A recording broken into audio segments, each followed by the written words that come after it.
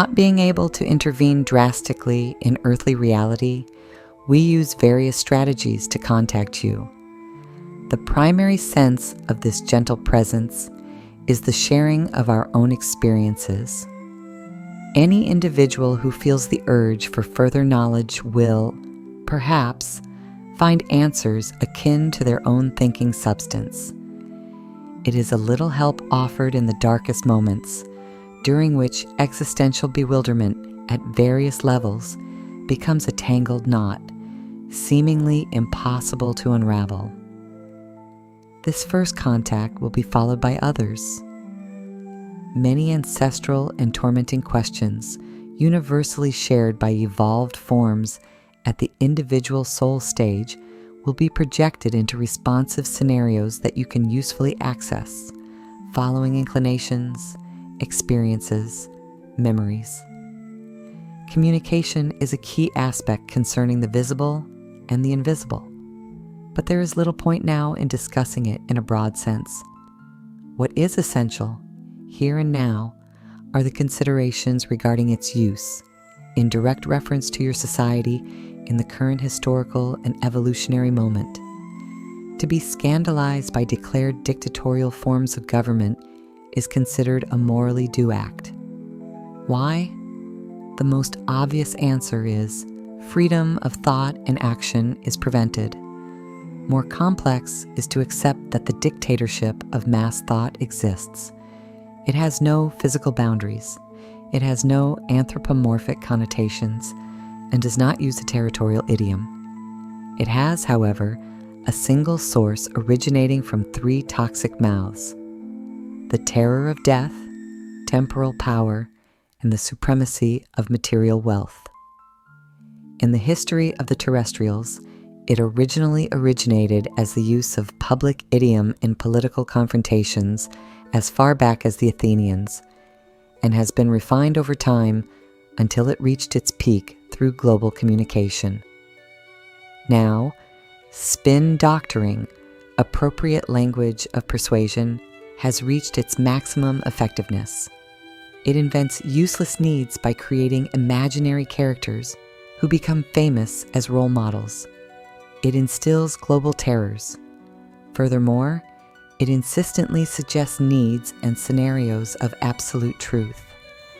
In the uniformity of targeted disinformation, the almost invisible but tenacious threads of exploitation create the new enslavement of peoples at various destructive stages.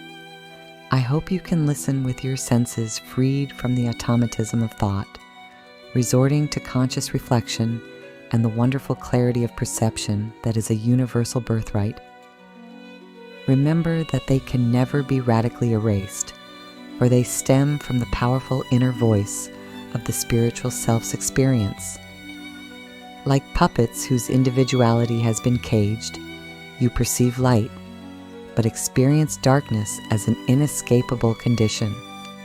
Exhausted, you face your experience as earthly humans, trying to make sense of it, which constantly eludes you. You face difficult situations almost like helpless children, taking refuge in deformed communal certainties. Know that you can emerge from matter as creators of divine attitudes. You are the indomitable creative spirit that does not suffer death. The chains of a society divided into sectarian and absurd boundaries, violently guarded by the shedding of blood, have made you believe in causes of perverse purpose. In creative expression, there are no separations. Your present earthly home is home to all multiform, living their life cycles according to perfect equality of manifest creative right.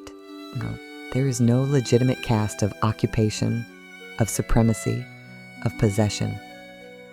Do not be moldable clay in the blood-drenched hands of those who harangue, who command, who condemn, feeding on the induced sense of inevitability. Be conscious experimenters. Choose not to participate in absurd, brutal, and primitive decisions that do not resemble you. Investigate the reasons given. Reflect on the proven facts. Ask yourselves the right questions. Has every major religion caused divisions, condemnations, and atrocities in the name of its God? Which God do they refer to? A God of brotherhood, acceptance, help? We can all decide. Each for himself can reject or accept unjust actions, thus making himself responsible for his own choices. And at the end of each cycle, they will surrender themselves to self-judgment. Do you feel this omnipresent sense of separation and loneliness? Well, it can never be resolved unless you allow the powerful inner voice yearning for conscious return to emerge. May the shared vision from the cosmos as a common cradle mean a brotherly embrace for those who will welcome it. I am with you, NAD-Ir,